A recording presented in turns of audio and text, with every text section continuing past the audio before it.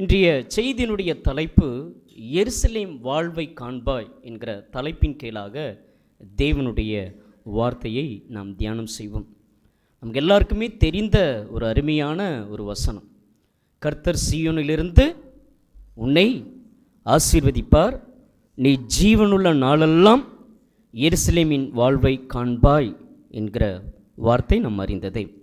நம் யாவரும் நம்முடைய சிந்தைகளெல்லாம் 128ஆம் சங்கீதம் 5ஆம் வசனத்தை நாம் இந்த வேளையிலே அதிலிருந்து நாம் தேவனுடைய வார்த்தைகளை நாம் தியானித்து நம்முடைய வாழ்நாட்களிலே அதை நம் ஆசீர்வாதமாக நாம் மாற்றிக்கொள்ளுமாக.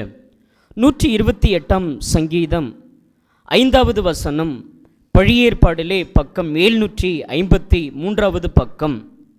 வேதம் இவ்விதமாக சொல்கிறது, கர்த்தர் சீயோனிலிருந்து உன்னை என்ன செய்வார் என்றால் உன்னை ஆசீர்வதிப்பார், நீ ஜீவனுள்ள நாளெல்லாம் எருசலேமின் வாழ்வை காண்பாய். சீயோனினுடைய முக்கியத்துவம் நம் ஒவ்வொருவரும் அறிய வேண்டும். அதனுடைய இம்பார்ட்டன்ட், அதனுடைய முக்கியத்துவத்தை நாம் அறிய வேண்டும். அந்த சீயோனிலே அப்படி என்ன இருக்கிறது?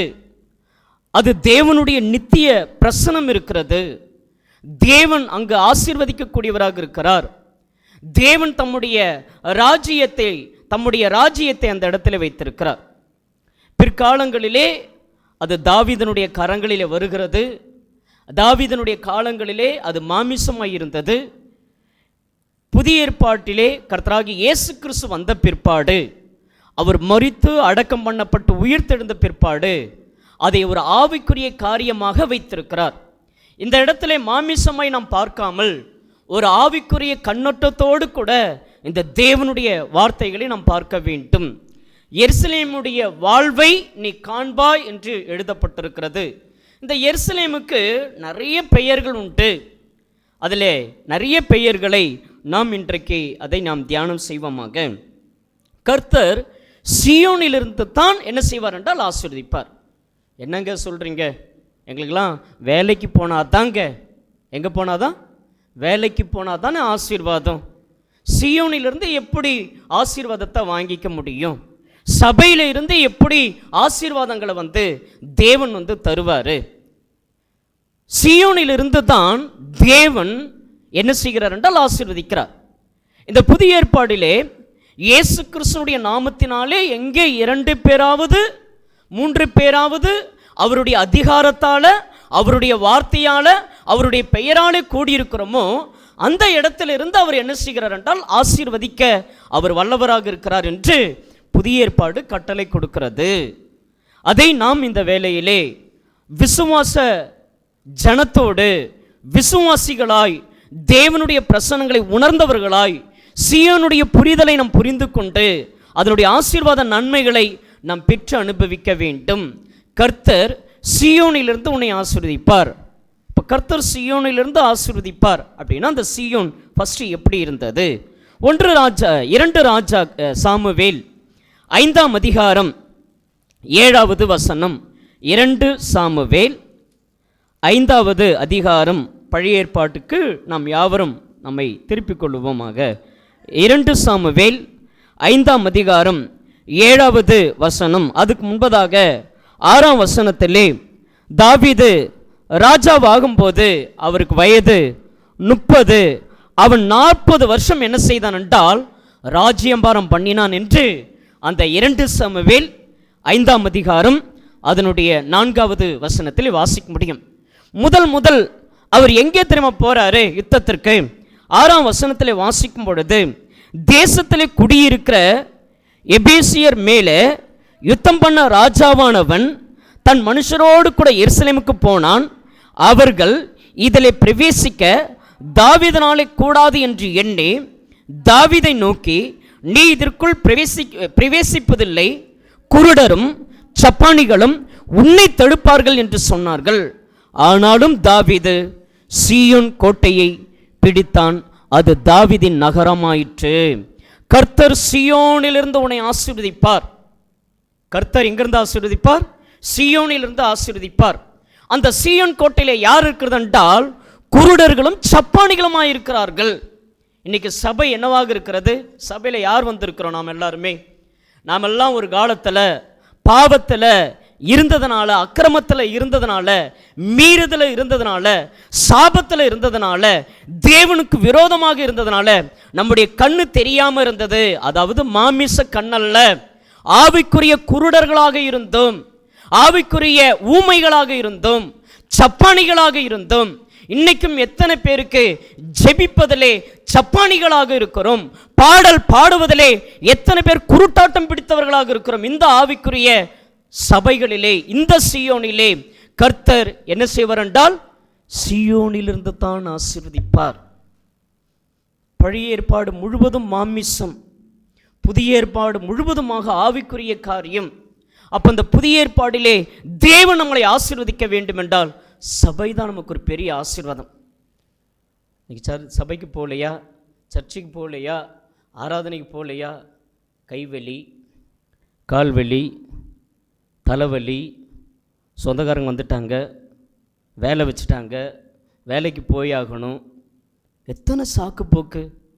அதே திங்கக்கிழமையிலிருந்து வேலைக்கு போகணும்னா இல்லையா, கடனை கொடுக்கணும், வீட்டின் தேவைகள் பூர்த்தி செய்யணும். திங்கக்கிழமையிலேருந்து சனிக்கிழமை வரைக்கும் என்ன இல்லை, ஒரு பிரச்சனையும் இல்லை. ஆனால் ஞாயிற்றுக்கிழமை தொழுகைக்கு 2 மணி நேரம். வேதம் என்ன சொல்கிறது? எங்கிருந்து உங்களுக்கு ஆசீர்வாதம்? கர்த்தர் சீயோனிலிருந்து உன்னை ஆசீர்வதிப்பார். நீ ஜீவனுள்ள நாளெல்லாம், நீங்க வாழக்கூடிய நாளெல்லாம் எப்படிப்பட்ட வாழ்வை காண்பாய்? எருசலேமின் வாழ்வை காண்பாய். இந்த 2025 ஆண்டு ஜனவரி மாதம் என்ன தீர்மானம் எடுத்தோம், என்ன நோக்கங்களை வைத்திருக்கிறோம்? 2026க்குள்ள போக போறோம். அவர் தான் எல்லாமே தரார். தேவன் தான் எல்லாமே கட்டளை கொடுக்கிறார். எல்லா கட்டளையும் அவர் கையில் தான் இருக்குது. அது எங்கே தான் வச்சிருக்கிறார்னா, சபையில் தான் வச்சிருக்கிறார். இதனுடைய ஆழ்ந்த ஒரு ஆசீர்வாதத்தை நீங்களும் நானும் தெரியாமல் இருக்கிறோம். 133வது சங்கீதம், 133வது சங்கீதம், அதனுடைய 3வது வசனம், 754, 754 சங்கீதம், 133வது சங்கீதம், 3வது வசனம்.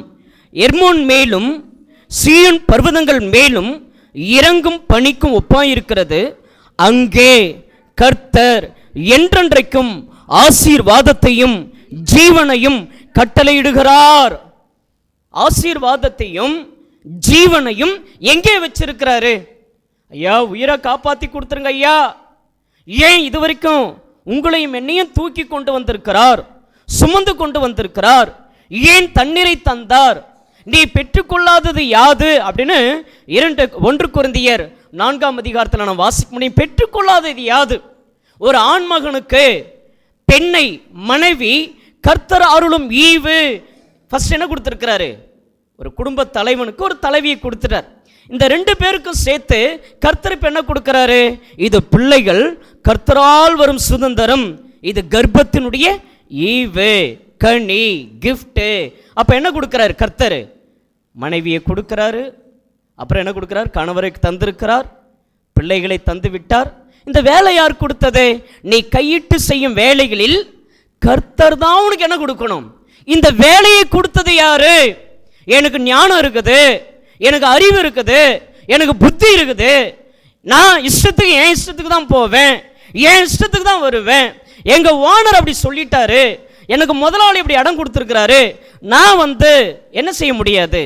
எனக்கு உலக ஆசீர்வாதம் வேணுமா, தேவன் கொடுக்கக்கூடிய ஆசீர்வாதம் வேணுமா? சில பேருக்கு சில ஆயிரங்கள் சம்பளங்களாக வச்சிருப்பாரு, சில பேருக்கு லட்சக்கணக்கில் சம்பளம் வச்சிருப்பாரு. ஆனால் இந்த நன்மைகளெல்லாம் யாருடைய கரத்தில் இருக்கிறது? தேவன் தான் அந்த தயவு பாராட்டணும். வேலையை கூட அவர் தான் தரார், சந்தோஷம் தராரு, சமாதானம் தராரு, ஆகாரங்களை தருகிறாரு. ஆகாரத்தை தருகிறதும் யார் தான்? அவர் தான். அவர் சொல்றார், நான் சீயோனிலிருந்து உன்னை ஆசீர்வதிக்க வேண்டும் என்றால், நீ எருசலேம் வாழ்வை காண வேண்டும் என்றால், என்ன வாழ்வு? எருசலேம் வாழ்வு. 16 பெற்று பெருவாழ்வு வாழணும்னு சொல்லுவாங்களே, கல்யாணம் ஆயிடுச்சுன்னா சொல்லும், பெரியவங்க காலில் போய் எழுந்து என்ன செய், விழுந்து அவங்கக்கிட்ட போய் நீ ஆசீர்வாதத்தை வாங்கிக்க. அது புறஜாதி சொல்லக்கூடியது. ஆனால் உங்களுக்கும் எனக்கும் ஆசீர்வாதம் எங்கே இருக்குன்னா இந்த கூடக்கூடிய இந்த இடத்துல தான் இருக்குது. இந்த 2 மணி நேரம் அதுக்கு தான் பாட்டு நல்லா சந்தோஷமாக பாடுங்க. அப்படியே வாய் அப்படியே வெத்தலை பாக்கு போட்டின மாதிரி, வாயில் கொழுக்கட்டை வச்ச மாதிரி இல்லாமல் எவ்வளோ சந்தோஷத்தோடு, எவ்வளோ ஒரு மகிழ்ச்சி நிறைந்த ஒரு இடம், எவ்வளோ ஒரு ஆசீர்வாதம் நிறைந்த இடம். அந்த பழைய ஏற்பாடிலே அவர்கள் எப்படி தொழுகை செய்வார்கள் என்றால் வாசித்து பாருங்களேன், அவங்க எவ்வளவு அந்த சந்தோஷத்தை நாம் அங்கே பார்க்க முடியும். வேதாகமத்தில் வாசிக்கும் பொழுது ஏசாயா 35வது அதிகாரம் அதனுடைய 10வது வசனம், ஏசாயா 35வது அதிகாரம் அதனுடைய 10வது வசனங்களை நாம் பார்க்கும் பொழுது,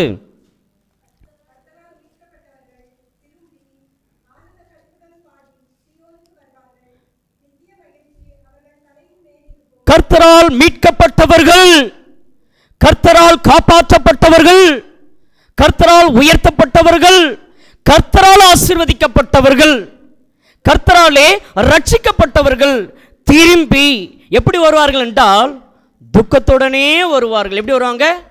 வேதனையா வந்து உக்காந்து இருப்பாங்க. எல்லாம் துக்கத்தையும் இங்கே தான் வச்சுக்கிட்டு இருப்பாங்க. எல்லாம் போராட்டத்தையும் இங்கே தான் வந்து வச்சுக்கிட்டு இருப்பாங்க. வெளியெல்லாம் போனால் எப்படி இருக்கும் நம்முடைய முகமெல்லாம்? தௌசண்ட்ஸ் வாட் லைட்டா அப்படி இருக்கும் இல்லையா? சந்தோஷமா அப்படியே சினிமா தேட்டருக்கு போனால், அப்படியே டூருக்கு போனால் இல்லையா எப்படி இருக்கும்? அங்கே போய் அப்படியே துக்கமாக இருப்போம். ஒரு கடற்கரைக்கு போகிறோம், ஒரு துணி தான் வாங்க போகிறோம், இல்லை ஒரு நகை வாங்க போகிறோம். எப்படி போவோம்? அப்படியே மூஞ்ச சோகமாக வச்சுருப்போம். இங்கே சீயோனில் எப்படி இருக்கணும்? சபையில் இருக்கிற நம்ம எல்லாருமே நமக்கு 32 இல்லை 33வது பல்லுன்னு தெரியணும் இல்லையா? அவ்வளவு சந்தோஷத்தோடு கர்த்தரால் மீட்கப்பட்டவர்கள் திரும்பி அவர்கள் என்ன செய்வார்கள் என்றால் ஆனந்த களிப்புடனே பாடி சீயோனுக்கு வருவார்கள். நித்திய மகிழ்ச்சியும். எப்படிப்பட்ட மகிழ்ச்சி? சந்தோஷமாக இருக்கிறீங்களா? போன வாரம் ஒரு பிரச்சனைங்க ஐயா, சந்தோஷமாக இருக்கிறீங்களா? இன்றைக்கி தான் ஏன் காலையில் தொடங்கி இருக்குது, அது என்னைக்கு முடிய போகுதுன்னே தெரியல. என்ன மகிழ்ச்சியா? நித்திய மகிழ்ச்சி. அவர்கள் தலையின் மேல் இருக்கும் சந்தோஷமும் மகிழ்ச்சியும் அடைவார்கள், சஞ்சலமும் தவிப்பும் ஓடி போகும். எந்த இடம்? சீயோன். இந்த இடத்துக்கு வரத்துக்கு என்னெல்லாம் பண்ணுறோம்? எப்படியாவது வந்துருங்கண்ணே, வந்த தொழுகையில் அட்டன் பண்ணுங்கண்ணே. இயேசு கிறிஸ்து புதிய உடன்படிக்கையில் அதில் கை கொள்ளணும் இல்லையா? நம்ம உன்னதத்துக்கு போகணும் இல்லையா? அந்த பரலோகத்துக்கு போகணும் இல்லையா? அவருடைய ஜனமிலே கொஞ்ச காலம் தானே அந்த வாழ்க்கை. எதுக்கு நம்மளை இங்கே கொண்டு வந்தார்? எதெல்லாம் சாகணும், எதெல்லாம் வசனத்தை ஒப்பிட்டு பார்த்து நம்முடைய வாழ்க்கையை ஆசீர்வாதமாக மாற்றிக்கொள்ளணும். நம்ம போகிற காரியமெல்லாம் தடை இல்லாமல், சஞ்சலங்கள் இல்லாமல், கவலைகள் இல்லாமல், பாரங்கள் இல்லாமல், புலம்பல் இல்லாமல், வியாதிகள் இல்லாமல், பலவீனங்கள் இல்லாமல் அந்த எருசலேம் வாழ்வை காண வேண்டும் என்றால் இந்த இடத்துல தான் எல்லா நன்மையும் இருக்கிறது. இங்கே எல்லாருடைய இயேசு கிறிஸ்து எங்கே இருக்கிறார் தெரியுமா? நம்மளாவது முன்னாடி வந்து உட்காந்துருக்கிறோம். அவர் எங்கே உட்காந்துருக்கிறாரு? நடுவிலே வந்து இருக்கிறார். இயேசு கிறிஸ்து தேவனை மகிமைப்படுத்துவதற்கு நம்மோடு கூட இயேசு எங்கே உட்காந்துருக்கிறாரு? நடுவிலே அமர்ந்து யாரை மகிமைப்படுத்தி கொண்டிருக்கிறார்?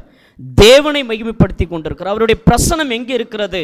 இந்த இடத்திலே அவருடைய பிரசனம் இருக்கிறது. கர்த்தர் சீயோனிலிருந்து உன்னை ஆசீர்வதிப்பார். சீயோனிலிருந்து எத்தனை நன்மைகள் இருக்கிறது. நம்ம பிள்ளைங்க இருக்கிறாங்களா? ரேஷன் கடையில் கவர்மெண்ட்லேருந்து ஒரு இனாமாக கிஃப்ட் கொடுக்குறாங்கன்னா நம்ம என்ன பண்ணுவோம்? வேண்டான்னா சொல்லுவோம். அது ஞாயிற்றுக்கிழமை தான் கொடுப்பாங்க. என்ன பண்ணுவோம்? ஞாயிற்றுக்கிழமை கிஃப்ட் கொடுக்குறது அந்த எங்கே இருப்போம்? எந்த கிஃப்ட் வாங்கணும்? ஆனால் உங்களுக்கும் எனக்கும் தேவனுடைய வார்த்தை சொல்கிறது, கர்த்தர் ஆசீர்வாதத்தையும் ஜீவனையும் சீயோனிலே கட்டளிடுகிறார் என்று எழுதப்பட்டிருக்கிறது. இங்கிருந்து தான் தொடங்கிறது. நம்மளை ஒவ்வொரு வாரமும் தேவனுடைய பிரசனத்திற்குள்ளாக நம்ம பரிசோதித்து பார்க்குறோமா? அவர் விரும்புகிற பாத்திரமாய் எத்தனை பேர் மாறி இருக்கிறோம்? அவர் விரும்புகிற பாத்திரமாய் நம்முடைய பரிசுத்தத்தில் எத்தனை பேர் இருக்கிறோம்? நம்முடைய ஆவிக்குரிய ஜீவியத்தில் நாம் எத்தனை பேர் இன்னும் அதிகமாக இருக்கிறோம்? பரிசுத்த வேதாகம் சொல்லுகிறது, கர்த்தர் சீயோனிலிருந்து உன்னை ஆசீர்வதிப்பார். அந்த சீயோன் என்று சொல்லுகிறோமே, அந்த சீயோனுடைய நிறைய பெயர் இருக்கிறது என்று சொல்லப்பட்டிருக்கிறதே, அது எப்படிப்பட்ட ஒரு காரியமாக இருக்கிறது, பெயராக இருக்கிறது என்பதை நாம் இப்பொழுது வேதாகமத்திலிருந்து சில வார்த்தைகளை உங்களுக்கு சொல்ல ஆசைப்படுகிறேன். அந்த சீயோன் குறித்து வேதாகமம் என்ன சொல்லுகிறது என்றால் 46ஆம் சங்கீதம் 4வது வசனம், 46வது சங்கீதம் அதனுடைய 4வது வசனம், அந்த சீயோனுக்கு மறுபெயர் என்ன என்று நாம் பார்க்கும் பொழுது 46வது சங்கீதம் அதனுடைய 4வது வசனம், ஒரு நதி உண்டு, அதன் நீர்க்கால்கள் தேவனுடைய நகரத்தையும் உன்னதமான வாசம் பண்ணும் பரிசுத்த ஸ்தலத்தையும் அது சந்தோஷிப்பிக்கும் என்று பார்க்கிறோம். சீயோனுக்கு என்ன பெயரு? அந்த சீயோனுக்கு இன்னொரு பெயராக தேவனுடைய நகரம் என்று எழுதப்பட்டிருக்கிறது. அது எங்க இருக்கிறாரு? இந்த சபை என்னவாக இருக்கிறது? சீயோனாக இருக்கிறது. அப்ப இது யாருடைய நகரம்? தேவனுடைய நகரம். இந்த நகரத்துக்குள்ள வந்தா நமக்கு என்ன கிடைக்கும்? சந்தோஷம் கிடைக்கும். இந்த இடத்துல என்ன இருக்கிறது? தேவனுடைய நகரம். இது சாத்தானுடைய நகரம் அல்ல. இது நாம வீட்டில் ஆட்சி செய்யக்கூடிய வீடுகள் அல்ல. நம்முடைய மனசும் நம்ம அங்கே கோவப்படுறதும் சண்டை போடுறதும் எரிச்சல் வச்சிருக்கிறதும் அதெல்லாம் நீக்கிட்டு இந்த இடத்துல என்ன நகரமாக இருக்கிறது என்றால், பழைய ஏற்பாடின் காலத்திலே அந்த சீயோன் கோட்டை, அங்கு குருடர்களும் சப்பானிகளும் நிறைந்து இருக்கிறார்களே, தடுப்பார்களேன்னு சொல்லும் பொழுது தாவீது சீயோன் கோட்டையை பிடித்தான். அது தாவீதின் நகரமாய் மாறிற்று. நாம் எத்தனை சப்பானிகளாக, எத்தனை குருட்டாட்டம் பிடித்தவர்களாக, எத்தனை ஊமையாளராக, ஆவிக்குரிய வாழ்க்கையில் எத்தனை சப்பானிகளாக இருந்தோம். எப்படி இருக்குது? புஷியா இருக்குதா? நல்ல பவரா இருக்குதா? ஆவிக்குரிய வாழ்க்கை நல்ல செழித்தோங்கி இருக்கிறதா? தேவனுடைய வார்த்தை, தேவனுடைய மகத்துவங்களை பற்றி நாம் என்ன அறிந்திருக்கிறோம்?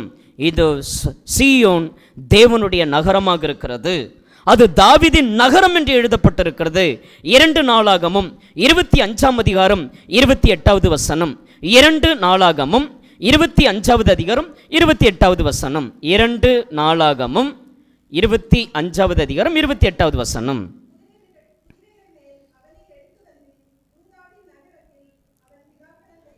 குதிரைகள் மேல் அவனை எடுத்து வந்து யூதாவின் நகரத்தில் அவன் பிதாக்களண்டையிலே அடக்கம் பண்ணினார்கள். அது யூதாவின் நகரம். சீயோன் தாவீதின் நகரமாக இருக்கிறது. அது தேவனுடைய நகரமாக இருக்கிறது. அது யூதாவின் நகரமாக இருக்கிறது என்று எழுதப்பட்டிருக்கிறது. சகரியாவின் புத்தகம் 8ஆம் அதிகாரம் அதனுடைய 3வது வசனங்களிலே பார்க்கும் பொழுது, சகரியாவின் புஸ்தகம் 8ஆம் அதிகாரம் அதனுடைய 3வது வசனத்தில் அது சத்திய நகரம் என்று எழுதப்பட்டிருக்கிறது. சத்திய நகரம். பார்த்தீங்களா? பிதாவாகிய தேவன் சத்தியம் உள்ளவர், இயேசு கிறிஸ்து சத்தியம் உள்ளவர், பரிசுத்த ஆவியானவர் சத்திய ஆவியானவர் என்று எழுதப்பட்டிருக்கிறது. சத்திய நகரம் என்று எழுதப்பட்டிருக்கிறது. அப்ப சீயோனில் இருந்து உன்னை ஆசீர்வதிக்க வேண்டும் என்றால் அது பொய்யின் நகரம் அல்ல, அது உண்மையான ஒரு நகரம். தொடர்ந்து யோசுவாவின் புத்தகம் 18ஆம் அதிகாரம் 28வது வசனத்தில் அது எபூசு என்று சொல்லப்பட்டிருக்கிறது. ஏசாயா 29ஆம் அதிகாரம் 1 வசனத்தில் அரியேல் என்று சொல்லப்பட்டிருக்கிறது. எரேமியா 3ஆம் அதிகாரம் 17வது வசனங்களிலே நாம் பார்க்கும் பொழுது, எரேமியா 3ஆம் அதிகாரம் 17வது வசனம், அந்த சீயோனிலிருந்து உன்னை ஆசீர்வதிப்பார்னா அந்த சீயோன் என்னன்னு பார்க்கும் பொழுது எத்தனை பெயரை சபைக்கு தேவன் தந்திருக்கிறார் என்று பாருங்கள். எரேமியா 3ஆம் அதிகாரம் அதனுடைய 17வது வசனத்தில் நாம் பார்க்கும் பொழுது, அக்காலத்தில் எருசலேமை கர்த்தருடைய சிங்காசனம் என்பார்கள். என்ன இடம்? கர்த்தருடைய சிங்காசனம். கர்த்தர் சீயோனிலிருந்து உன்னை ஆசீர்வதிப்பார், நீ எருசலேமின் வாழ்வை காண்பாய் என்று படிக்கிற நமக்கு வேதாகம் சொல்லுகிறது. அந்த சீயோன் எருசலேமாக இருக்கிறது. அந்த எருசலேம் கர்த்தருடைய சிங்காசனமாக இருக்கிறது. பார்த்தீங்களா? ஒரே ஒரு சீயோன் தான். சீயோன்னா என்னது? கோட்டை. அந்த கோட்டையில் என்ன இருந்தது? சப்பானிகளும் குருடர்களும் இருந்தாங்க. தேவன் பழைய ஏற்பாடில் இடத்தை வைத்திருந்தார், புதிய ஏற்பாடில் இடத்தை வைக்கலை. அதனால தான் நம்ம என்ன பண்ணுறதில்ல, மாலை போடுறதில்ல, கற்பூரம் கொளுத்துறதில்ல, ஊதுபத்தியெல்லாம் வைக்கிறதில்ல. நம்மெல்லாம் இப்போ யார்? ஆவிக்குரியவங்க. தொட்டு கும்பிட்டுக்கிறதெல்லாம் இல்லை. ஊழியக்காரன் வந்தால் அவங்க காலில் போய் விழுகிறதல்ல. நம்ம யாருடைய காலில் விழணும்? தேவனுடைய பாதத்தில் மட்டும்தான் விழ வேண்டும். தேவ தூதர்களுடைய பாதத்தில் கூட நம்ம என்ன செய்யக்கூடாது? விழக்கூடாது என்று வேதாகம் சொல்கிறது. அப்போ இவ்வளோ பெரிய நான் சொல்லிக்கொண்டு வருகிற காரியமெல்லாம் பழைய ஏற்பாட்டினுடைய காரியம். தேவனுடைய நகரம், சத்திய நகரம், தாவீதி நகரம், யூதாவின் நகரம், அரியேல், எபேசு, இப்படியெல்லாம் படிக்கக்கூடிய நமக்கு இப்பொழுது இந்த சீயோன் கர்த்தருடைய சிங்காசனம். அவ்வளவுதானா? வேற என்ன இருக்குது அங்கே? தொடர்ந்து புலம்பல் 2ஆம் அதிகாரம் 15வது வசனங்களிலே பார்க்கிறோம். புலம்பல் 2ஆம் அதிகாரம் 15வது வசனம். புலம்பல் புத்தகம் 2ஆம் அதிகாரம் 15வது வசனம்.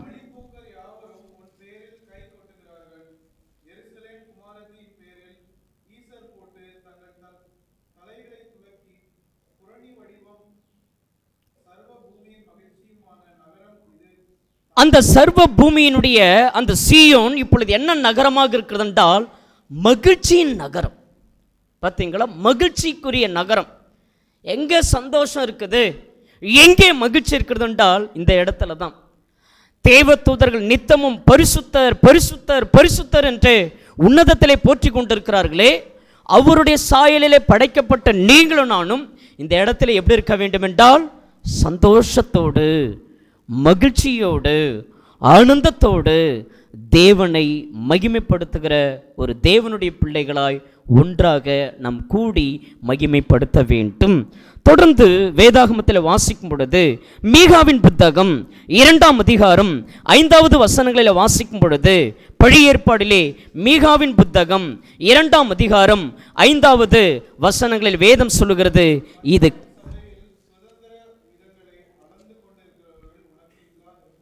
பார்த்தீங்களா? அது என்ன சபை என்றால் கர்த்தரின் சபை. சீயோனிலிருந்து கர்த்தர் உன்னை ஆசீர்வதிப்பார்னா சபையிலிருந்து உன்னை ஆசீர்வதிப்பார். இங்கே இருந்து உன்னுடைய சஞ்சலங்களும் தவிப்புகளும் ஓடி போக வேண்டும். அப்பா, நான் உண்மை ஆராதிக்கிறேன், உண்மை தொழுக கொள்ளுகிறையா, சஞ்சலங்கள், தவிப்புகள், பாரங்கள், பலவீனங்கள் இந்த இடத்திலிருந்து எங்களை என்ன செய்யுங்கள் என்றால் நீங்கும்படி செய்யுங்க. அப்போ இந்த இடம் வேதம் சொல்லுகிறது அந்த சீயோன் கர்த்தரின் சபை என்று எழுதப்பட்டிருக்கிறது. தொடர்ந்து வேதாகமத்திலே நெகேமியா 11ஆம் அதிகாரம் 1 வசனம். நெகேமியா 11வது அதிகாரம் 1 வசனத்திலே வாசிக்கும் பொழுது, நெகேமியா 11:1, ஜனத்தின் அதிகாரிகள் எருசலேமிலே குடியிருந்தார்கள். மற்ற ஜனங்கள் தங்களுக்குள்ளே 10 பேரில் ஒருவனை எருசலேம் என்னும் பரிசுத்த நகரத்தில் 9 பேரை மற்ற பட்டணங்களில் குடியிருக்க பண்ண சீட்டுகளை போட்டார்கள். பரிசுத்த நகரம் என்று எழுதப்பட்டிருக்கிறது. அப்போ இந்த இடம் எப்படிப்பட்ட இடம்? மகிழ்ச்சியான ஒரு இடம், பரிசுத்தமான ஒரு இடம், சத்திய இடம், தேவன் இருக்கக்கூடிய ஒரு இடம். யூத ஜனங்கள், எந்த ஜனங்கள்? பழைய ஏற்பாடில். அப்போ இன்னைக்கு நாம் யாரு? கிறிஸ்தவராகிய நாம் யாவரும் தேவனை மகிமைப்படுத்தக்கூடிய ஒரு இடம். இந்த இடத்திலே ஆசீர்வாதத்தையும் ஜீவனையும் கட்டளையிட்டிருக்கிறார். என்ன செஞ்சிருக்கிறாரு? நாம் ஆசீர்வாதத்திற்காய், உயிர் வாழ்வதற்காய், உயிர் பிழைப்பதற்காய் எங்கெங்கேயோ ஓடுறோம். ஆனால் இந்த இடத்துல என்ன இருக்கிறது? இத்தனை நாளாக நமக்கு அது தெரியலனா, இனிமே நம்முடைய உயிர் மண்ணுக்குள்ளே போகிற வரைக்கும் நாம் என்ன செய்ய வேண்டும் என்றால், பலவீனமே வந்தாலும், லூஸ் மோஷனே ஞாயிற்றுக்கிழமை வரதா இருந்தாலும் டேப்லெட்டை போட்டுட்டு என்ன செஞ்சிடணும்? நம்ம தேவனுடைய சமூகத்திலே கடந்து வந்து விட வேண்டும். வாந்தி வந்தாலும், காய்ச்சல் வந்தாலும், Viro beach search of Christ அமெரிக்காவில் இருக்கிறது. அங்கெல்லாம் காலையில் பைபிள் ஸ்டடி, அதுக்கப்புறம் தான் அங்கே தொழுகை. அந்த பைபிள் ஸ்டடியில் நம்முடைய பெண்டான் தம்பியெல்லாம் அங்கே போயிருக்கிறாங்க. அங்கே ஃபஸ்ட்டு பைபிள் ஸ்டடி. அந்த பைபிள் ஸ்டடி ஒரு 7 மணிக்கு அப்படின்னா எல்லாருமே 6:30 ஆஜராயிடுவாங்க. 6:30 அந்த பைபிள் ஸ்டடியில் பண்ணுறதுக்கு தேவையான பைபிள் ஸ்டடி சத்தியம் அந்த 1/2 மணி நேரம். அதுக்கப்புறம் அங்கே என்ன இருக்குது என்றால் வர்ஷிப். அப்படி அந்த பைபிள் ஸ்டடி ஆரம்பிக்கிறதுக்கு முன்னாடியே அந்த வயசானவங்கலாம் அந்த ஆக்சிஜன் எடுத்துக்கிட்டு தான் அப்படிலாம் வந்திருக்கிறாங்க.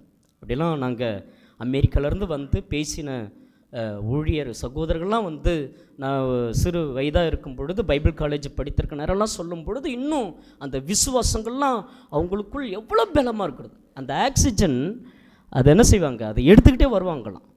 நாங்கள் உயிர், ஏன்னா ஜீவன் எங்கே போகணும்? போனாலும் இங்கே போகட்டும். ஆனால் நாம் எப்படிப்பட்ட சாக்கு போக்குகளை சொல்கிறோம்? எப்படிப்பட்ட ஒரு சூழ்நிலை நம்மிடத்தில் நேரிடுகிறது? நான் என்ன அந்த சனிக்கிழமை ஆயத்தம்ல நான் என்ன ஆயத்தப்படுத்துகிறேன்? ஆட்டோ இல்லை, பஸ் இல்லை, நடந்து வரணும், நடந்து போகணும், கால் வலிக்குது, அதை பற்றி நான் நினைக்கவே இல்லை. சீயோனிலே ஆசீர்வாதத்தையும் ஜீவனையும் கட்டளையிட்டிருக்கிறார். அந்த கட்டளை கொடுக்குற அந்த ஜீவன், கட்டளை கொடுக்கக்கூடிய அந்த ஆசீர்வாதம் எடுத்துட்டாருன்னா என்ன பண்ண முடியும்? கொஞ்சம் யோசிச்சு பாருங்க. அந்த தொழுகையில் அந்த கொடுக்கக்கூடிய ஆசீர்வாதத்தை, கொடுக்கக்கூடிய ஜீவனை அதை எடுத்து விட்டால் நம்ம என்ன செய்வோம்? இப்போ புறஜாதிகளுக்கும் நமக்கு என்ன சம்பந்தம் இருக்கிறது? நம்ம எந்த பாரம்பரியத்திலேருந்து எங்கே வந்திருக்கிறோம்? தொழுகையில் யாருடைய நாமத்தை மகிமைப்படும்படியாக வைத்திருக்கிறோம்? நம்ம நிச்சயமாக வாழ தான் போகிறோம், நம்மளை உயர்த்த தான் போகிறார். ஆடு மாடு மேய்ச்சிக்கிட்டு இருந்தவரை தூக்கி அழகு பார்க்குறாரு இல்லையா? அவர் என்ன நினச்சார்? ஆடு மாடு மேய்த்து பாலெல்லாம் கறந்து தயிர் நெய் வெண்ணெல்லாம் விற்று ஸ்வீட் பாக்ஸ் எல்லாம் போட்டு அப்படியே பணக்காரன் ஆகிற மாதிரி 5 நிமிஷம் பாட்டில் பணக்காரன் ஆகிறதா? இல்லை பஸ் எல்லாம் வாங்கி கொடுத்து அதில் பணக்காரன் ஆகிறதா? இல்லையே. ஆபிரகாம் உயர்த்துவதற்கு 25 வருஷம் தேவைப்பட்டதே, யாக்கோபை கொண்டு வருவதற்கு 21 வருஷம் தேவைப்பட்டதே, ஒவ்வொரு பரிசுத்தவான்களுடைய உயர்வுக்கும் எத்தனை வருடங்கள் தேவைப்பட்டிருக்கிறது. நீங்களும் நானும் என்ன செய்து கொண்டிருக்கிறோம்? நம்முடைய உயிர், நம்முடைய ஜீவன், நம்முடைய ஆசீர்வாதம் இந்த இடத்துல இருக்கிறது. அந்த நித்திய மகிழ்ச்சி, அந்த நித்திய சந்தோஷம், அந்த நித்திய ஆனந்தம், சஞ்சலமும் தவிப்பும் எதனாலே வருகிறது? நீங்கள் எதனாலே பிரயாசப்படுறீங்க? நீங்கள் எங்கே பிரயாசப்படுறீங்களோ அங்கே தான் உங்களுக்கு சஞ்சலம். இவர் தேவன் கொடுக்கல. நல்லா புரிஞ்சுக்குங்க. தேவனோ இயேசு கிறிஸ்துவோ சஞ்சலமோ வருத்தமோ தவிப்போ அவர் உங்களுக்கும் கொடுக்கவில்லை, எனக்கு கொடுக்கவில்லை. அப்போ யார் அதை அனுபவிக்கிறது? ஆனால் யாரை நாம் மறுதளித்து கொண்டிருக்கிறோம்? கர்த்தர் சீயோனிலிருந்து உன்னை ஆசீர்வதிப்பார். நீ எருசலேமின், அதாவது உன் உயிருள்ள நாளெல்லாம் நீ எருசலேமின் வாழ்வை காண்பாய். உன்னுடைய சுக வாழ்வு சீக்கிரத்தில் துளிர்க்கும் என்று வேதாகமத்தில் வாசிக்கணும். சரி, இந்த ஆசீர்வாதம் கிடைக்கணும்னா என்ன பண்ணணும்? கடன்னு ஒரு 8 காரியத்தை, ஒரு 7 காரியத்தை சொல்லி நிறைவு செய்து ஜெபிக்க வேண்டும் என்று ஆசைப்படுகிறேன். படிக்கலாமா? வாசித்து பாருங்கள். 121 சங்கீதம். நமக்கு இந்த சீயோனிலிருந்து இந்த எருசலேம் வாழ்வு கண்டிப்பாக நான் வாழணும், நான் நிச்சயமாக நல்லா இருக்கணும், சௌக்கியமாக இருக்கணும். என்னுடைய குடும்பத்தில், என்னுடைய சமுதாயத்தில், என்னுடைய சபைகளில் என் தேவனை மகிமைப்படுத்தும்படியாக என் சொந்த பந்தங்கள் மத்தியில் நான் வெட்கப்பட்ட சூழ்நிலை உண்டு, அவமானப்பட்ட சூழ்நிலை உண்டு, எத்தனையோ வேளையில் துக்கப்பட்ட சூழ்நிலை உண்டு. அதெல்லாம் மாற்றி அமைக்கணும்னா இந்த எருசலேம் வாழ்வு நான் பெற்றுக்கொள்ள வேண்டும் என்றால் முதல் காரியம் நான் என்ன செய்யணும்? 121 சங்கீதம் முதல் வசனம். 121 சங்கீதம் முதல் வசனம். எனக்கு ஒத்தாசை வரும் பர்வதங்களுக்கு நேராக என் கண்களை ஏறெடுக்கிறேன், வானத்தையும் பூமியையும் உண்டாக்கின கர்த்தரிடத்திலிருந்து எனக்கு என்ன வரும்? ஃபர்ஸ்ட் கூப்பிடணுங்க. சபையில் வந்தால் என்ன பண்ணணும்? கூப்பிடணும். யாரை கூப்பிடணும்? யாரை கூப்பிடணும்? சீயோனுக்கு. கிளம்பிட்டியா? டைம் என்ன? சனிக்கிழமை என்ன பண்ணனாலும் ஆயத்த நாள். துணி அயன் பண்ணணுமா, தண்ணி கிண்ணி பிடிச்சி வைக்கணுமா, அன்றைக்கி தான் பேஸ்ட் இருக்காது, அன்றைக்கி தான் ஷாம்பு இருக்காது, அன்றைக்கி தான் சோப்பு இருக்காது. மற்ற நாள் எல்லா நாளும் இருக்கும். நல்லா கவனித்து பாருங்கள். ஞாயிற்றுக்கிழமை என்ன இருக்காது? சோப்பு இல்லை, குடிக்கிறதுக்கு தண்ணி இல்லையா, அதனால் என்ன செய்யலை? தண்ணி பிடிக்கணுங்க. ஏன்? சனிக்கிழமெலாம் ஒரு தடவை பிடிச்சி வைக்க வேண்டியது தானே. வெள்ளிக்கிழமை வந்திருக்குள்ளே பிடிச்சி வச்சிருக்கலாமே, ஒரு குடம் தானே. திங்கக்கிழமை வரட்டுமே இல்லையா? என்ன வருதான்? இன்றைக்கி அப்படிலாம் இல்லை. இப்போ இன்றைக்கி எல்லார் வீட்லேயும் போர்லாம் வந்துடுச்சு, ரொம்ப சந்தோஷம். ஆனால் தேவனுடைய பிள்ளைகள் எந்த ஒரு சாக்கும் சொல்லாமல் எனக்கு வரக்கூடிய உதவி, எனக்கு வரக்கூடிய ஒத்தாசை எங்கிருந்து வருகிறது என்றால் வானத்தையும் பூமியையும் உண்டாக்குகிற மனுஷனிடத்துலேருந்து தான் வரும். என்னுடைய எஜமான் இருக்கார்களே, அவருடைய கரத்துலேருந்து தான் வரும். நான் வேலை செய்கிறேன் பார்த்தீங்களா, அந்த வேலை செய்கிறவர்கிட்ட தான் வரும். அப்படி நான் சொல்லியிருக்குது பைபிள். எனக்கு வரக்கூடிய உதவி ஒத்தாசை எங்கிருந்து வருகிறது என்றால் அவர் தான் அந்த தயவெல்லாம் ஏற்படுத்துகிறார். நான் தான் சொல்கிறேன், சில பேர் 1000க்கு சம்பாதிப்போம், தேவன் சில லட்சங்கள் வச்சிருப்பார், சில மேலே 1000ங்களை கூட சம்பாதிக்கணும் வச்சிருப்பார். ஆனால் அற்ப வேலைக்காக சர்வ வல்லமுடைய தேவனை இந்த தொழுகை நிமித்தமாக அவருடைய நாமத்தை மறுதளிக்கும் வகையிலே செஞ்சிடாதீங்க. அதுக்கப்புறம் நீங்கள் சம்பாதித்து எங்கே போயிடும்? எங்கே போயிடும்? எங்கே போயிடும்? சம்பாதிக்கிற சம்பாத்தியம் எங்கே போயிடும்? ஆகாயில் சொல்கிறார் இல்லையா, என் வீடு பாழாய் கிடக்கும் பொழுது நீங்கள் மச்சுப்பாப்பட்ட வீடுகளில் குடியிருக்கும்படியான காலம் இதுவா? நீ என்ன சம்பாதிச்சுட்டு வந்தாலும் ஊதி போட்டுடுவேன்றார். நீ சம்பாதிக்கிறதால அவனை ஊதி போட்டுடுவேன், இன்னொன்று பொத்தலான பையில் போட்டுடுவேன் அப்படின்றார். அவர் தான் சொல்ல, நான் சொல்லுங்க, மதன் ராஜா சொல்லலை, மதன் ராஜா சொல்லலை, யார் சொல்கிறாரு? ஆகாய் புத்தகம் 2ஆம் அதிகாரத்தில் நீங்கள் படித்து பாருங்கள். நீங்கள் எவ்வளோ சம்பாதித்தாலும் நான் என்ன செஞ்சிருவேன்? ஊதி போட்டுடுவேன். அடுத்தது சரி, அதை படிச்சிருவோமா? ஆகாய் புத்தகத்துக்கு வாங்க, அது சொன்னால் கொஞ்சம் நல்லா இருக்கும்னு நினைக்கிறேன். ஆகாய் புத்தகம் 1ஆம் அதிகாரம் அதனுடைய 4வது வசனம். கொஞ்சம் கடகடகன்னு நம்ம போவோம், ஏன்னா இன்னும் 7 காரியத்தை நம்ம பார்க்கணும். ஆகாய் புத்தகம் 1ஆம் அதிகாரம் 4வது வசனம். இந்த வீடு பாழாய் கிடக்கும் பொழுது நீங்கள் மச்சுப்பாப்பட்ட வீடுகளில் குடியிருக்கும்படியான காலம் இதுவா? இன்னைக்கு சண்டே வாச்சே. இன்னைக்கு என்ன நாள்? இன்னைக்கு சண்டே, இன்னைக்கு தான் லீவு, இன்னைக்கு ஓய்வு எடுக்கிற நாள். சந்தோஷப்படுங்க. பல இடத்துலலாம் வெள்ளிக்கிழமை தான் லீவு, ஆனால் ஞாயிற்றுக்கிழமை அங்கே அவங்களுடைய நாடுகளெல்லாம், நம்முடைய அரப் கண்ட்ரிலலாம் அவங்களுக்கு தெரியும், அங்கெல்லாம் ஞாயிற்றுக்கிழமை வேலை நாள். ஆனால் அதுக்கு நேரத்தை ஒதுக்கி வச்சு அங்கே தொழுகை பண்ணுறாங்க. ஆனால் நமக்கு என்ன நாள்? இங்கே நாள் அருமையாக ஃபுல்லாக லீவு, அன்றைக்கி ரெஸ்ட் எடுக்கிற நாள் அல்ல. நீங்கள் தொழுகை 2 மணி நேரம் காலையில் முடிச்சுட்டு அதுக்கப்புறம் நீங்கள் போய் என்ன பண்ணுங்கள்? ஃபுல்லாக ரெஸ்ட் எடுங்க. ஆனால் காலையில் என்ன செய்ய முடியல? எழுந்திருக்க முடியல. ஏன் எழுந்திருக்க முடியல? அன்றைக்கி சனிக்கிழமை முழுவதும் ராத்திரியில் என்ன பார்க்குறது? சீரியல் பார்க்குறதா? டிவி பார்க்குறதா? செல்ஃபோன் பார்த்துக்கிட்டு இருக்கிறதா? ராத்திரி ஃபுல்லாக உட்காந்து என்ன பார்க்குறது? ராத்திரி ஃபுல்லாக பார்த்துக்கிட்டு இருந்தால் எப்படி இருக்கும்? கண்ணெல்லாம் இப்படியே வந்து தூங்கி வழிய வேண்டியதான், கொட்டாய் விட வேண்டியது தான். தேவனுடைய சமூகத்தில் என் வீடு பாழாய் கிடக்கும் பொழுது நீங்கள் மச்சுப்பாப்பட்ட வீடுகளில் குடியிருக்கும்படியான காலம் இதுவல்ல. கீழே வாசிங்க, என்ன சொல்றார் பாருங்க. இப்பொழுதும் சேனைகளின் கர்த்தர் சொல்லுகிறார், உங்கள் வழிகளை சிந்தித்து பாருங்கள். நீங்கள் திரளாய் விதைத்தும், 6வது வசனம், நீங்கள் திரளாய் விதைத்தும், 1090வது பக்கம், நீங்கள் திரளாய் விதைத்தும் கொஞ்சமாய் அறுத்து கொண்டு வருகிறீர்கள். நீங்கள் புசித்து திருப்தியாகவில்லை, குடித்தும் பரிபூரணம் அடையவில்லை, நீங்கள் வஸ்திரம் உடுத்தியும் ஒருவனுக்கும் குளிர்விடவில்லை. கூலியை சம்பாதிக்கிறவன் பொத்தலான பையிலே போடுகிறவனாய் அதை சம்பாதிக்கிறான். அதனுடைய 8வது வசனம், நீங்கள் மலையின் மேலே ஏறி போய் மரங்களை வெட்டி கொண்டு வந்து ஆலயத்தை கட்டுங்கள் என்றார். 9வது வசனம், அதிகமாய் வரும் என்று நீங்கள் எதிர்பார்த்திருந்தும், என்ன வார்த்தை? இன்னைக்கு லீவு போடாமல் போனாதாங்க அவர் எங்களுக்கு என்ன கொடுப்பாரு? தீபாவளி ஃபண்டு கொடுப்பாருங்க. எங்களுக்கு என்ன கொடுப்பாரு? பொங்கல் ஃபண்டு கொடுப்பாங்கங்க. அதிகமாய் வரும் என்று நீங்கள் எதிர்பார்த்திருந்தும் இது கொஞ்சமாய் கிடைத்தது, நீங்கள் அறுத்து வீட்டுக்கு கொண்டு வந்தும் நான் அதை என்ன செய்கிறேன் என்றால், எல்லாரும் சொல்லுங்க, அதை நான் என்ன செய்கிறேன்? ஊதி போடுகிறேன். எது நிமித்தம் என்றால், என் வீடு பாழாய் கிடக்கும் பொழுது நீங்கள் எல்லோரும் அவனவன் தன் தன் வீட்டிற்கு ஓடி போகிறீர்களே, இது நிமித்தமே என்று சேனைகளின் கர்த்தர் சொல்கிறார். எனக்கு அன்பான தேவனுடைய ஜனமே, காலையிலே நம் ஒவ்வொருவரும் கர்த்தருடைய நாளிலே தேவனுக்கு பயத்துடனே, பக்தியுடனே, பரிசுத்தத்துடனே, விசுவாசத்துடனே எப்படா நம்ம அந்த தொழுகைக்கு போவோம், தேவனை மகிமைப்படுத்துவோம். அந்த ஒவ்வொரு சகோதரர்கள் ஜெபம் பண்ணுறாங்க, அதை எப்படி ஜெபம் பண்ணணும், எப்படி பாட்டு போடணும், புது புது பாட்டெல்லாம் நம்ம பாடி கற்றுக்கணும், இன்னும் தேவனுடைய நாமத்தை மகிமைப்படுத்தணும், அந்த வசனங்கள் இன்னும் ஆழமாய் நாம் வாசிக்கணும். அந்த தொழுகையிலே என்னுடைய பங்கு அதிகமாக இருக்க வேண்டும், அந்த உணர்வு இருக்க வேண்டும். ஏன்னா எனக்கு எல்லா நன்மையும் அவர் தான் தந்தார். கணவன் எனக்கு தந்திருக்கிறார், மனைவி எனக்கு தந்திருக்கிறார், பிள்ளைகள் எனக்கு தந்திருக்கிறார், சந்தோஷம் தந்தார், சமாதானங்களை தந்தார். என் வாழ்க்கையில் இருக்கிற சஞ்சனங்களை தவிப்பெல்லாம் அவர் எடுத்து போட்டுடுவார்.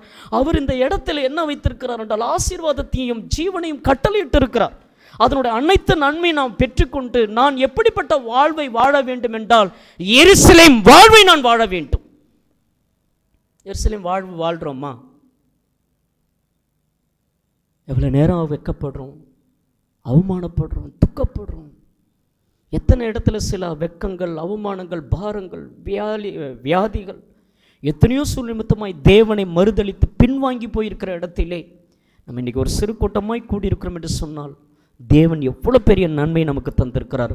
முதலாவது அவரை நோக்கி கூப்பிடணும். என்ன கூப்பிடணும்?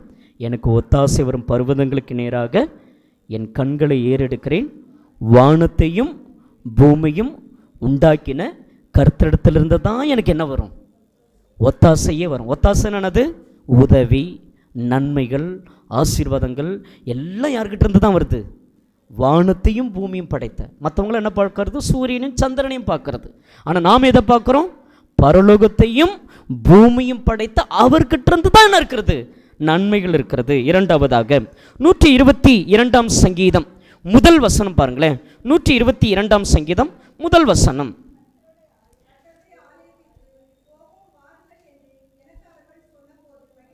கர்த்தருடைய ஆலயத்திற்கு போவோம் வாருங்கள் என்று சொன்னபோது எனக்கு எப்படி இருக்கிறது என்றால் எரிச்சலாக வந்தது. அப்படிதானே இருக்குது. எப்படி இருக்குதான்? கர்த்தருடைய ஆலயத்துக்கு போகும் வாருங்கள் என்று சொன்னபோது எனக்கு எப்படி இருந்தது? டென்ஷனாக இருந்தது. அப்படின்னா இருக்குது.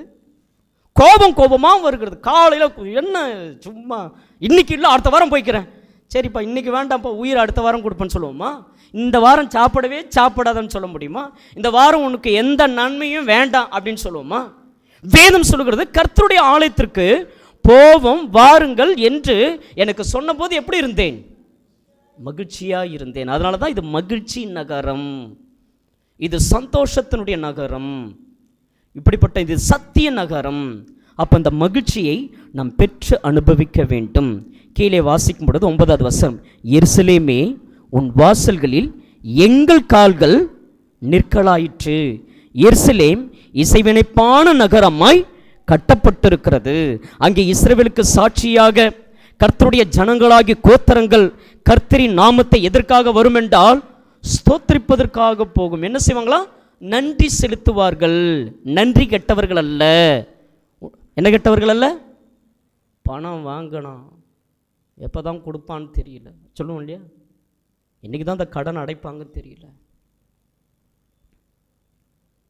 நம்ம யாருக்காவது உதவி செஞ்சுட்டா உடனே தேங்க்ஸ் நன்றி அப்படின்றோம், உடனே நன்றி சொல்கிறோம். பா நல்ல வேளை தப்பிச்சிட்டோம், பாதுகாத்தீங்க.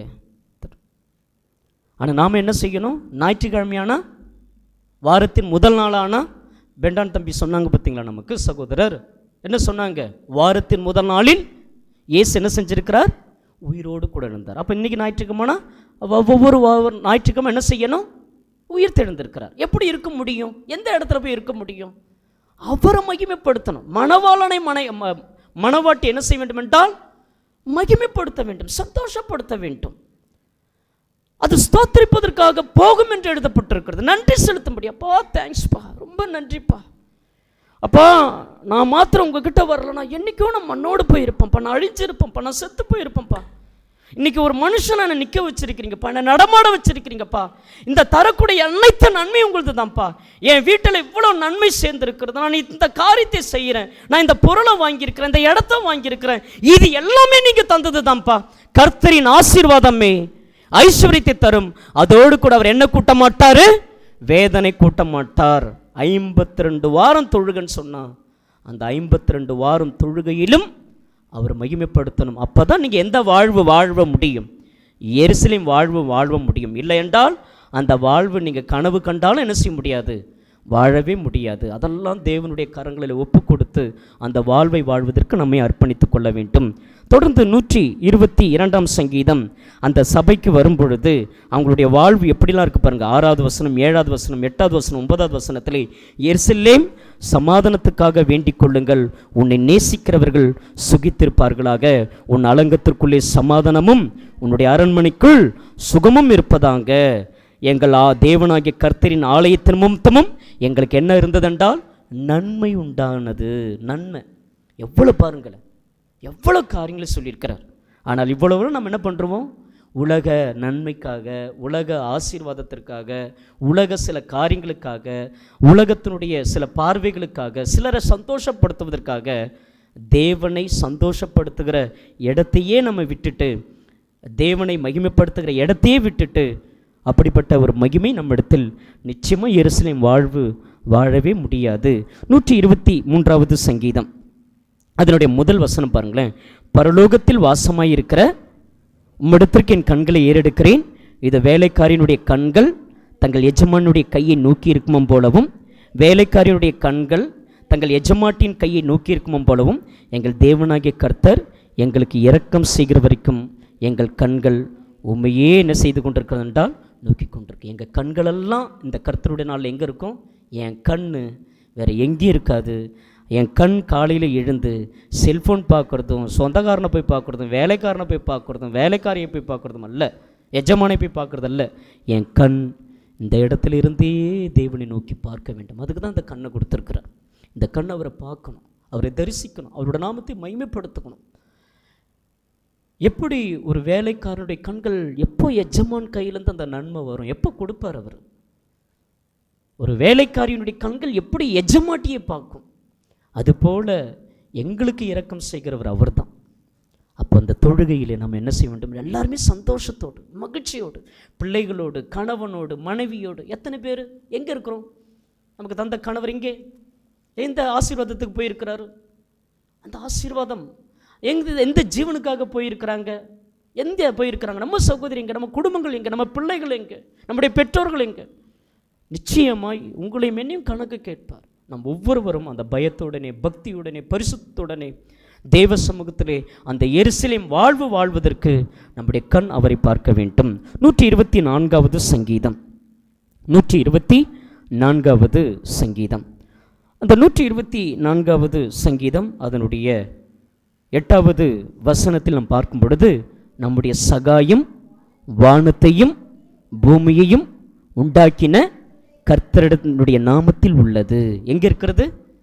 வேற எந்த பெயருக்கு போனாலும், எந்த இடத்துக்கு போனாலும் எனக்கு சகாயம் கிடைக்காதுங்க. இந்த இடத்துல அந்த தேவன் அந்த மனுஷன்கிட்ட பேசுனாங்கன்னா எனக்கு என்ன கிடைக்கும்? சகாயம் கிடைக்கும், எனக்கு உதவி கிடைக்கும், எனக்கு ஒத்தாசை கிடைக்கும், எனக்கு நன்மை கிடைக்கும், எனக்கு ஆசீர்வாதங்கள் கிடைக்கும்.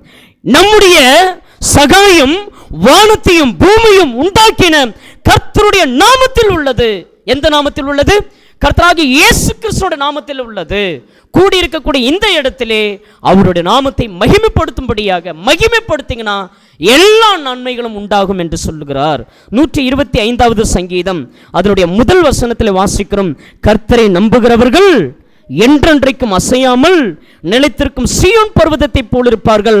பர்வதங்கள் எருசலேமை சுற்றியும் இருக்குமாம் போல் கர்த்தர் இது முதல் என்றென்றைக்கும் தம்முடைய ஜனத்தை சுற்றி இருக்கிறார். உன்னை சுற்றி இருக்கணும்னா, உன் வீட்டை சுற்றி இருக்கணும்னா, நம்முடைய சுற்றி எப்பவும் பாதுகாப்பாக இருக்கணும்னா, நீங்கள் எப்படி அந்த சீயோன் அந்த எருசலேமை சுற்றி தேவனுடைய பிரசனம் எப்பவும் இருந்துக்கிட்டே இருக்குதோ பழைய ஏற்பாடில், இந்த புதிய ஏற்பாடில் நீங்கள் அவரை மகிமைப்படுத்திங்கன்னா, அந்த வார்த்தை அழகாக பின்னாடி எழுதியிருக்கிறது, கர்த்தர் இது முதல் என்றென்றைக்கும் தம்முடைய ஜனத்தை சுற்றிலும் இருக்கிறார். முன்னே இருக்கிறார், பின்னாடி இருக்கிறார், வலது புறத்தில் இருக்கிறார், இடது புறத்தில் இருக்கிறார். பாத்ரூமில் நம்மளாம் பேப்பரில் பார்க்குறோம், பாத்ரூமுக்கு போனாங்க, வழிக்கு விழுந்தாங்க, உயிர் போயிடுச்சு. ஒன்றும் இல்லை, எப்பவும் போகக்கூடிய பாத்ரூம் தானே, எப்பவும் போகக்கூடிய வாகனம் தானே, எப்பவும் செய்யக்கூடிய செயல் தானே. இன்றைக்கி எப்படி இது ஆக்சிடென்ட் ஆச்சு? நான் அவ்வளோ கவனமாக இருப்பேனே, நமக்கெல்லாம் நடக்காதுல்ல அப்படின்னு அசால்ட்டாக இருக்கிறோம். உன்னை ஏன் சுற்றிலாம் அவர் பாதுகாக்கிறாரு? என் மகிமையை நீ படுத்தணும், அதுக்காகத்தான். என்ன மகிமைப்படுத்தலைன்னா அவருடைய ப்ரெசன்ஸ் எப்படி இருக்கும் உங்ககிட்ட? எப்படி உங்களை பாதுகாப்பார்னு நினைக்கிறீங்க? ஒரு பலவீனத்திலிருந்து, ஒரு கண்ணே போகக்கூடிய இருந்து, நல்ல வேலைப்பா தப்பிச்சு கண்ணை பார்த்துட்டாரு, பாதுகாத்துட்டார். கண்ணிலிருந்து, வாயிலிருந்து, உச்சந்தலிருந்து உள்ளங்கால் வரும் குடும்பத்தை பாதுகாக்கிறார் இல்லையா? அது எவ்வளோ பெரிய நன்மை. அப்போது இந்த ஆசீர்வாதங்கள் தொடர்ந்து நமக்கு கிடைக்க வேண்டும் என்றால் அவர் கர்த்தர் இது முதல் என்றென்றைக்கும் தம்முடைய ஜனத்தை சுற்றிலும் இருக்கிறார். 126ஆம் சங்கீதம் அதனுடைய 3வது வசனம், 126ஆம் சங்கீதம் 3வது வசனம், கர்த்தர் நமக்கு பெரிய காரியங்களை செய்தார், இது நிமித்தம் நாம் மகிழ்ந்திருக்கிறோம். எங்கிருந்து அந்த மகிழ்ச்சியை கொடுக்குறாராம்? கர்த்தர் என்ன செய்கிறாராம்? பெரிய காரியங்கள் செய்தார். எங்கே சொல்லுவாங்க? வீட்டில் உக்காந்துக்கணு கிடைக்குமா? நியாயம் தீர்த்துக்கிட்டு அங்கே போய் உக்காந்துக்கிட்டு நீதிபதி ஆகிக்கிட்டு இல்லையா? இல்லை, அங்கே போய் யாராக இருக்கிறோம்? நீங்களும் நானும் எப்படிப்பட்டவங்களாக இருக்கிறோம்? அதுக்கு மேலே அந்த 3வது வசனத்தில் கர்த்தர் பெரிய காரியங்களை செய்யணும்னா, சின்ன காரியம் இல்லை, செய்கிற காரியமெல்லாம் பெரிய காரியம் தான். நம்முடைய வாழ்க்கையில் பெரிய காரியம் செய்யணும்னா முதல் வசனம் பாருங்களேன். சீயோனின் சிறையிருப்பை கர்த்தர் திருப்பும் பொழுது சொப்பனம் காண்கிறவர்கள் போல் இருந்தோம். அப்பொழுது நம்முடைய வாய் நகைப்பினாலும் நம்முடைய நாவு ஆனந்த சத்தியத்தினாலும் நிறைந்திருந்தது. அப்பொழுது கர்த்தர் இவர்களுக்கு பெரிய காரியங்களை செய்தார் என்று புறஜாதிகளுக்குள்ளே சொல்லிக் கொள்வார்கள். புறஜாதி கிட்ட போய் சொல்ல முடியல. கொஞ்சம் யோசிச்சு பாருங்க.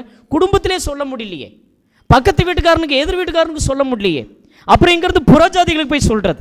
நம்ம புறஜாதி தான், புறஜாதியிலேருந்து கிறிஸ்துவத்திற்குள்ளாக வந்துட்டோம். ஆனால் அவனுக்கே நம்ம சொல்ல முடியாத அளவுக்கு இருக்குது. ஏன் சொல்ல முடியல? பெரிய காரியங்கள் ஏன் செய்ய முடியல?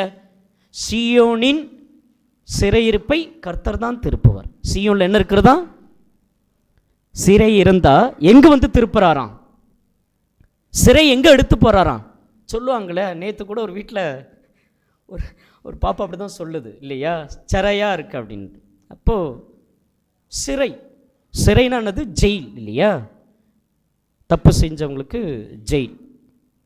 ஆனால் இங்கு நாம் பார்க்கும் பொழுது நம்முடைய வாழ்க்கையிலே நம்ம எந்த தப்பும் பண்ணலை, ஆனால் நம்ம ஒரு சிறை மாதிரி போட்டிருக்கிறோம்.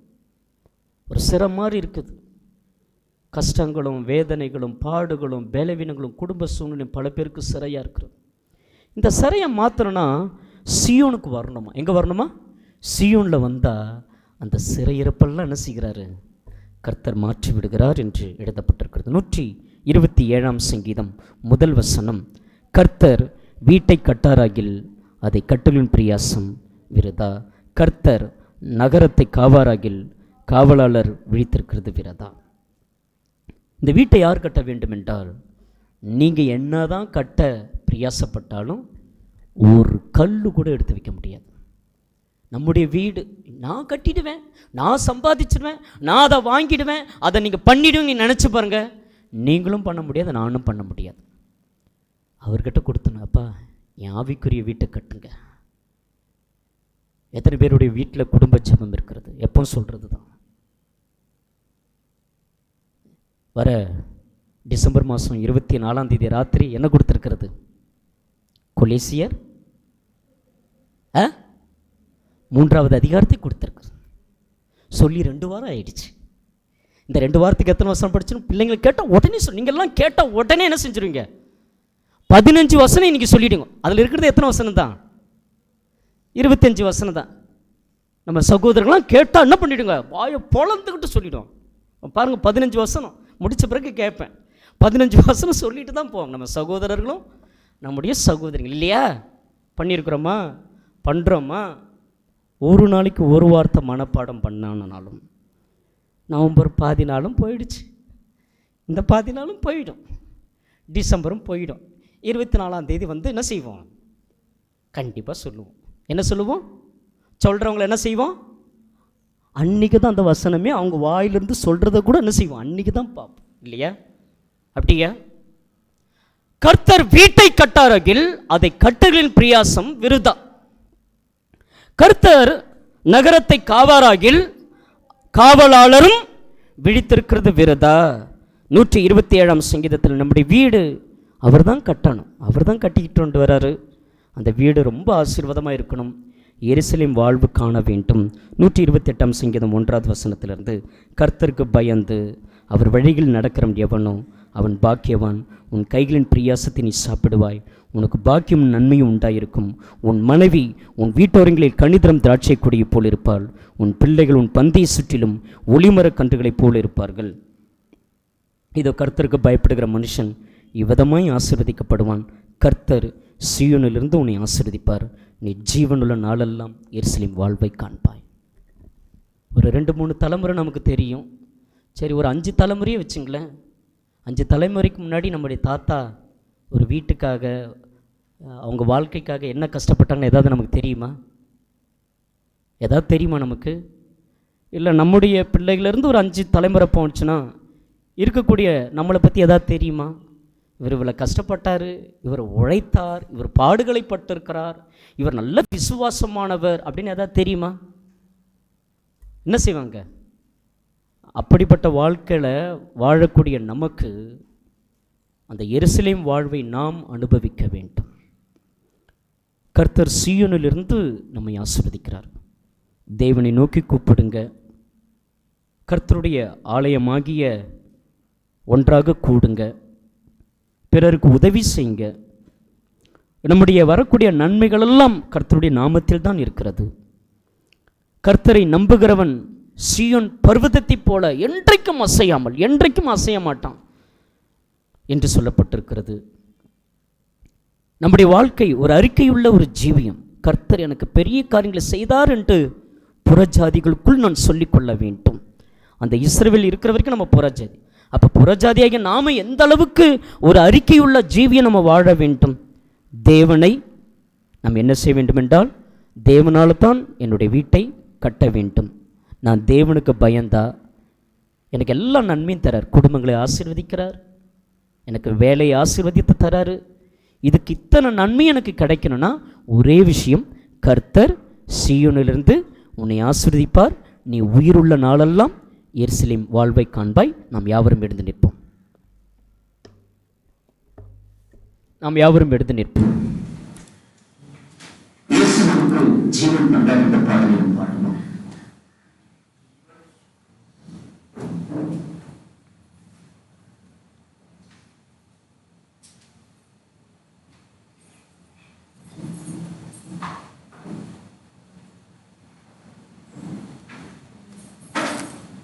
இயேசு எனக்கு ஜீவன் தந்தாரே, இயேசு எனக்கு ஜீவன் தந்தாரே, இயேசு எனக்கு ஜீவன் தந்தாரே, இயேசு எனக்கு ஜீவன் தந்தாரே.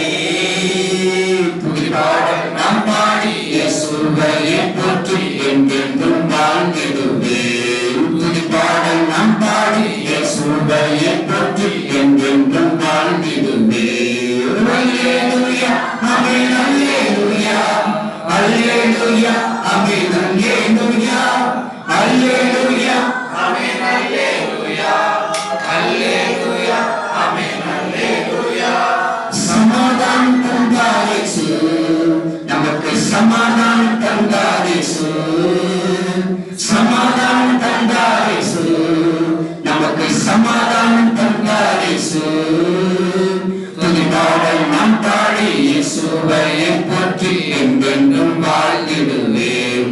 துதிபாடல் நாம் பாடி இயேசுவையே போற்றி என்றென்றும் வாழ்ந்திடுவேன். அல்லேலூயா, ஆமென், அல்லேலூயா, அல்லேலூயா, ஆமென், அல்லேலூயா, அல்லேலூயா, ஆமென், அல்லேலூயா, அல்லேலூயா, ஆமென், அல்லேலூயா. புது வாழ்வு தந்தார் இயேசு, நமக்கு புது வாழ்வு தந்தார் இயேசு, புது வாழ்வு தந்தார் இயேசு, நமக்கு புது வாழ்வு தந்தார் இயேசு. துதிபாடல் நான் பாடி இயேசுவையே போற்றி என்றென்றும் வாழ்ந்திடுவேன். துதிபாடல் நான் பாடி இயேசுவையே போற்றி என்றென்றும் வாழ்ந்திடுவேன். அல்லேலூயா, ஆமென், அல்லேலூயா, அல்லேலூயா, ஆமென், அல்லேலூயா, அல்லேலூயா, ஆமென், அல்லேலூயா, அல்லேலூயா, ஆமென், அல்லேலூயா. விடுதலை தந்தார் இயேசு, நமக்கு விடுதலை தந்தார் இயேசு, விடுதலை தந்தார் இயேசு, நமக்கு விடுதலை தந்தார் இயேசு. புதுபாடல் நான் பாடி இயேசுவையே போற்றி என்றென்றும் வாழ்ந்திடுவேன். புதுபாடல் நான் பாடி இயேசுவையே போற்றி என்றென்றும் வாழ்ந்திடுவேன். அல்லேலூயா, ஆமென், அல்லேலூயா, அல்லேலூயா, ஆமென், அல்லேலூயா, அல்லேலூயா, ஆமென், அல்லேலூயா, அல்லேலூயா, ஆமென், அல்லேலூயா. வல்லமை தந்தார் இயேசு, நமக்கு வல்லமை தந்தார் இயேசு, வல்லமை தந்தார் இயேசு, நமக்கு வல்லமை தந்தார் இயேசு. துதிபாடல் நான் பாடி இயேசுவையே போற்றி என்றென்றும் வாழ்ந்திடுவேன். துதிபாடல் நான் பாடி இயேசுவையே போற்றி என்றென்றும் வாழ்ந்திடுவேன். அல்லேலூயா, ஆமென், அல்லேலூயா, அல்லேலூயா, ஆமென், அல்லேலூயா, அல்லேலூயா, ஆமென்.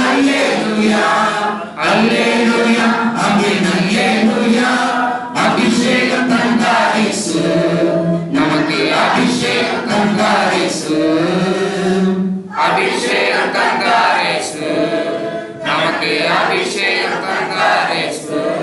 புதுப்பாடல் நான் பாடி இயேசுவையே போற்றி எங்கென்றும் வாழ்ந்திடுவேன். புதுப்பாடல் நான் பாடி இயேசுவையே போற்றி